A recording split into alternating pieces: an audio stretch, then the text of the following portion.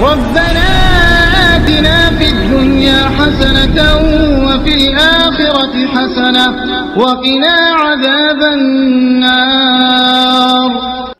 ہاں آپ صلی اللہ علیہ وسلم روزہ رکھا کرتے تھے. شعبان کا چاند جیسے نکلا اور آخر تک آپ روزہ رکھتے تھے. کچھ دن کو چھوڑ کر بقیہ دن آپ روزہ رکھتے تھے.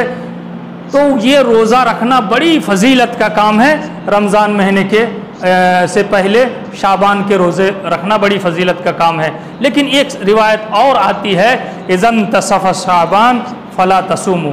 جب 15ویں تاریخ آ جائے شعبان کی 15ویں تاریخ آ جائے تو تم لوگ روزہ مت رکھو.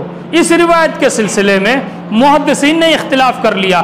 کچھ لوگوں نے کہا کہ یہ صحیح روایت ہے اور کچھ لوگوں نے کہا کہ نہیں یہ ضعیف روایت ہے. جن لوگوں نے ضعیف روایت کہا انہوں نے کہا کہ نہیں کوئی بات نہیں, کسی بھی دن روزہ رکھ سکتے ہیں, پورے مہینے روزہ رکھ سکتے ہیں, قرین قیاس سے ہی ہے.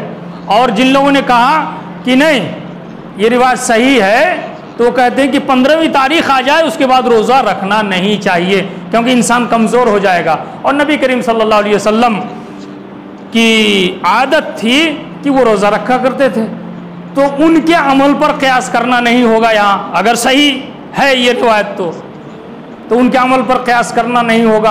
اور نبی کریم صلی اللہ علیہ وسلم کو اللہ تبارک و تعالیٰ نے طاقت زیادہ دی تھی, اس وجہ سے آپ 2 دن کا بھی روزہ رکھا کرتے تھے. ایک دن کی افطاری سحری کھا کر 2 دن کا بھی روزہ رکھا کرتے تھے. صحابہ کرام نے پریکٹس کرنا شروع کی تو صحابہ کرام بے ہوش ہونے لگے.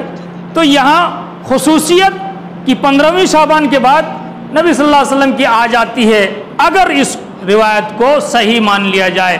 لیکن کہنا یہ ہے کہ اس روایت کو صحیح مانے یا ضعیف مانے, علماء کے درمیان اختلاف ہے. بہرحال روزہ رکھنا شعبان کے دن 15ویں تاریخ کے فکسیشن کے ساتھ درست نہیں ہے, بلکہ یوں ہی جب سے چاند طلوع ہوا اور جب تک غروب نہ ہو جائے آخر کے 2 دن چھوڑ دیجئے جو ایام شک کے روزے ہیں. یہ پورے مہینے روزہ رکھنے کے مہینے ہیں, آپ روزہ رکھ سکتے ہیں. بڑی فضیلت ہے اس کی. نیک اعمال آپ کے اعمال اٹھائے اللہ کے یہاں پیش کیے جاتے ہیں. ایک اور چیز کہتے ہوئے آپ کو میں یہاں سے رخصت ہوں گا کہ شریعت کے معاملے میں کوئی بھی چیز ہو اس چیز کو بلا دلیل عبادت آپ نہیں کر سکتے. بلا دلیل آپ شریعت کا کوئی عمل نہیں کر سکتے. آپ کہیں گے ہمیں اچھا لگ رہا ہے ہم کر لیں, ہمیں تو ٹھیک لگ رہا ہے ہم کر لیں. تو یہ شریعت منمانی چیز نہیں ہے, آپ کی عقل کی چیز نہیں ہے. حضرت علی رضی اللہ تعالیٰ عنہ نے کہا لو کان الدین بالرائے لکان اسفل القدمین اولا بالمسح من اعلاہما, کہ اگر عقل کا کوئی دخل ہوتا شریعت کے معاملے میں تو موزہ پر جو ہم لوگ مسح کرتے ہیں تو نچلے والے حصے میں زیادہ بہتر ہوتا مسح کرنا. حالانکہ ایسا نچلے والے حصے میں, موزہ کے نچلے والے حصے میں یا خف کے نچلے والے حصے میں ہم مسح نہیں کرتے, جرابوں کے اوپر والے حصے میں مسح کرتے ہیں. نبی نے یہ سکھایا. جرابوں کے نیچے والے حصے میں مسح کرنا نہیں سکھایا. عقل کہتی ہے کہ نچلے والے حصے میں ہونا چاہیے, جس طرح سے پاؤں دھلتے ہیں نچلے والا حصہ اوپر والا حصہ ملا کے. تو عقل کی کوئی ضرورت نہیں ہے, دلیل کی ضرورت ہے.